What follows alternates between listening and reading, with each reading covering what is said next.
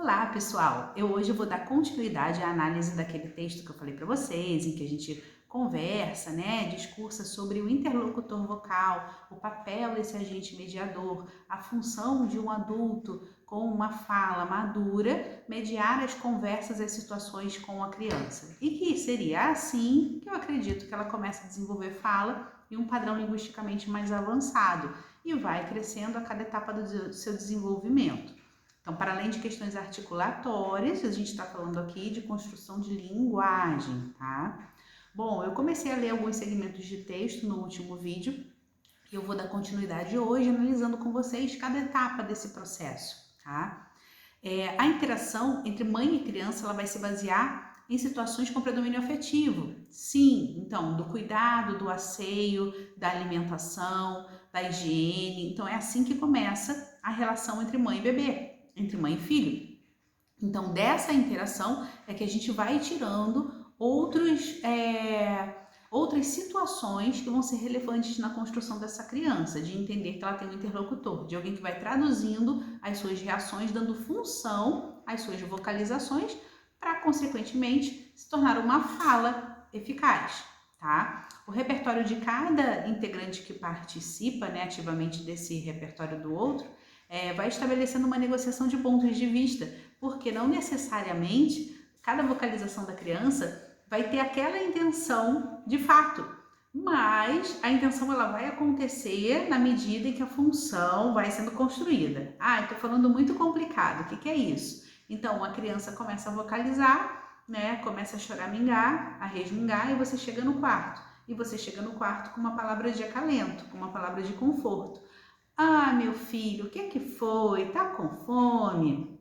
E ele começa, claro que você acredita que seja fome pelo horário, pela irritabilidade, porque outras questões já foram resolvidas, então tá limpinho, tá cheiroso, tá no conforto do seu bercinho, mas você percebe que aquela hora normalmente é a hora da mamada.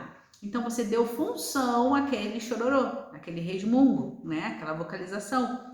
E daí isso começa a acontecer de uma forma mais cíclica, mais frequente. Então, dando função às vocalizações da criança, a gente começa a permear também as reações que ela vai trazer pra gente, tá? Acho que fica mais claro assim, Por simetrização, entende-se o momento em que ambos os parceiros realizam mesmas operações de cada objeto. Em outras palavras, é o momento em que a mãe e a criança constituem um objeto de permuta de conhecimento e esse objeto passa a integrar-se ao repertório comunicativo dele. Então, na simetrização, eu estou negociando, mas eu estou dando função, eu estou traduzindo, eu estou trazendo elemento para falar dessa criança que ainda não tem, tá? Os mecanismos de simetrização, eles correspondem de momentos de estabilização de conhecimento negociado. Então, eu negociei com você que isso é um choro de fome, Eu dei função àquele padrão de choro, aquele horário, naquele momento, para se tornar fome. Então a criança não fala, tô com fome, a criança não, ela chora de um jeitinho lá que você já sabe, é a mamada que ela quer, Os movimentos que antecedem e que sucedem tais momentos constituem um mecanismo de assimetrização. O que é isso? Tudo que acontece antes, tudo que acontece depois é o que vai dar pista, dado pra gente, de que é aquela intenção mesmo que a gente tem que dar, aquela função que a gente tem que dar ao análise do discurso da criança. E com isso você vai construindo linguagem, porque é o processo que ela tem para ir se comunicando com você.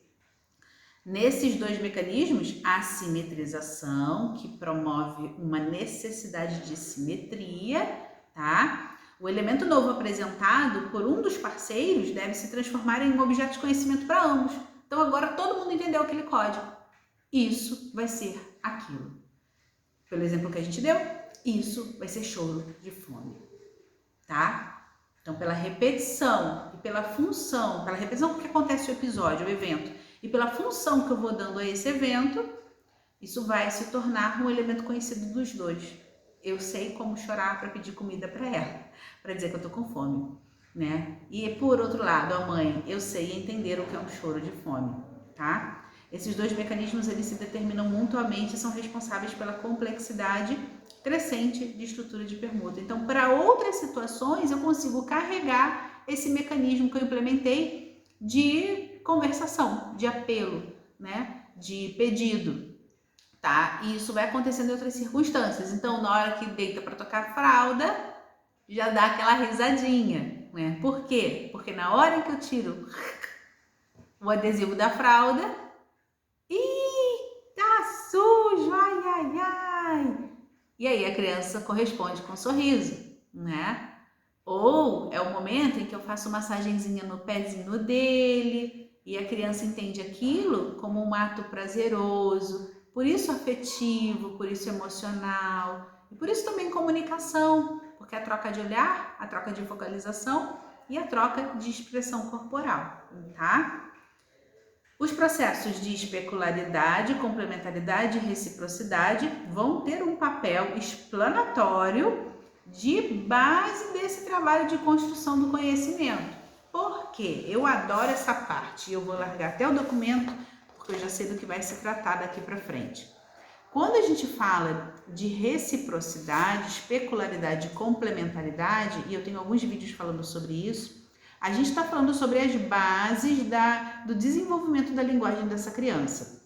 E muito nesse sentido do dar função à fala da criança. Por quê? Quando a gente fala de especularidade, e esse é o primeiro processo que acontece, é justamente a função. Então, eu estou especulando. O que significa especular? É tentar adivinhar, é arriscar para ver se vai dar certo, para ver se é isso mesmo. Então, eu sou especulativa em relação àquela vocalização, em relação àquele choro. De tanto eu faço isso, aquele choro passa a representar alguma coisa. Aquela vocalização passa a fazer um sentido. E eu começo a modelar as intenções comunicativas da criança. Deu para entender como funciona? É genial. Eu amo de paixão esse tema, porque é sensacional a forma como a gente consegue ser um agente condutor, né, dessa construção. A importância do papel do padrão linguístico maduro e das especulações enquanto inferência nesse processo comunicativo da criança, tá? O que vai acontecer? Então, a criança esboçou uma vocalização e eu falo, ai, não acredito, o que você tá fazendo aí, né? E aí a criança ri. Viu? Sabia que você estava fazendo isso, não é? E aí depois eu vou colocar um videozinho para vocês também. Lá nos stories ele vai rolar e vai ficar salvo em destaque, que é justamente para você conseguir fazer essa ponte do que eu estou falando agora para o que eu vou te exemplificar, tá? Do que é essa especularidade. Enfim, de tanto eu fazer esse processo, a criança corresponde. Ela no início ela corresponde com um sorriso, ela corresponde com uma vocalização, ela corresponde com um choro. Então, em cada elemento, né, em cada set comunicativo, em cada episódio, a criança vai corresponder de uma forma, da forma que lhe convém, que ela consegue ou que é pertinente ao caso, né, ao que está acontecendo. Enfim, o que é importante? Quando fala começa a surgir, então comecei a dar tanta função, fiz tanta especularização que a coisa começou a evoluir, porque eu tenho um bom padrão para ela, estou sendo um modelo para ela, começam a surgir umas vocalizações mais intencionais, começa a surgir vogais, começa a surgir pequenas sílabas, né? Então eu começo a falar, aí eu vou voltar a esse processo, ainda especular, né? Abá, não sei, filho. Será que a bola tá ali? Eu vou ver. Eu sei que ele quer bola. Não sei, eu tô arriscando, porque lá no armário que ele apontou tem bola. E a Bá tem o ban da bola. Então eu vou sugerir, né? Então a bola, vamos ver se a bola tá ali? E ele fica com aquela cara assim, mas ele gosta. E aí ele balança a cabeça. Então vem comigo. Aí eu abri o armário, peguei a bola. A bola! Olha ali, né, que tava mesmo. Vamos brincar com a bola então? O que você acha? A bola. Ah, a bola? Então tá. Onde que a gente coloca essa bola? Quantas vezes eu repeti a palavra bola para essa criança, sem eu nem saber inicialmente se de fato era a bola que ele queria. Mas eu engajei na atividade comunicativa, eu dei função à primeira especulação que ele fez, né? E dei sentido, dei continuidade, né? E aí, qual é o segundo passo disso? A complementaridade. Na complementaridade, a gente complementa, como diz o nome. Então, a gente adiciona, a gente coloca mais elementos, tá? Então, como é que ela vai fazer? If filho? A bola caiu.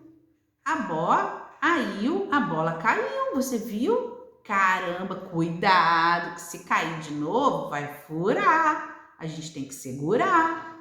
Ai, faz assim. Ele não consegue falar muito mais que isso. Mas lá no início do processo, ele já fez um movimento de complementaridade, igual que eu faço com ele sempre.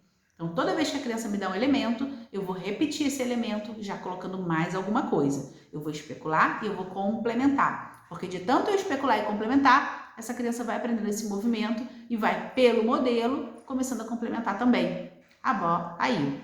A bola caiu, tá? Toda vez que ele faz isso, eu traduzo também com um movimento de padrão linguístico adequado. Então, eu não repito o errado da criança, eu repito um padrão correto, tá? Então, de novo, a bola caiu, você viu só? Viu, né? Você viu. É assim que eles fazem, tá? E aí vem a reciprocidade, que é o conjunto disso tudo. Porque ser recíproco é o quê? Corresponder à minha relação dialógica. E ele já está fazendo isso. Agora, observe, para a criança conseguir constituir isso, primeiro, ela tem que ter o espaço de fala, então ela tem que se entender como um agente de comunicação. Ela tem que conseguir perceber que existe o espaço ali para ela. Segundo, você tem que conseguir implementar esses processos, esses 3 passos, porque são os passos que ela vai fazer para agir. Você percebeu que eu uso em algumas vezes de falas recortadas, né? De recortes pequenos, diretos para essa criança. E em algumas vezes, na maioria das vezes eu não faço isso. Eu uso o meu discurso fluente, falando como um adulto, tá? Quando que eu faço um padrão mais simplificado? Quando eu repito da criança. Então, lembra que eu falei uma vez, eu fiz uma sequência para vocês uma vez no Instagram, né, nos stories, falando sobre não ficar trabalhando só com a criança treinamento de frases feitas, né? Porque aquela criança, ela fica linguisticamente simplificada, né? Contida, limitada. É aquela criança que chega do lado do bebedor, água. Do lado da geladeira, água. Do lado do fogão, fome. Criança não se comunica assim, tá? Então, você faz o recorte para dar ênfase àquilo. Mas você tem que ter uma fala fluente, um engajamento de falar com essa criança, tá? Eu espero que tenha te ajudado a esclarecer um pouco a diferença do que é esse treino muito cortadinho de frases feitas com a criança, onde isso é necessário e como que a gente faz de fato o desenvolvimento desse padrão de linguagem, tá? Porque isso vai ser muito importante para você ao longo dessa caminhada, principalmente dos 3 primeiros anos de vida da criança, tá bom? Qualquer dúvida que tenha, não esquece de botar nos comentários e se gostou desse vídeo, compartilhe com seus amigos. Um beijo e até logo!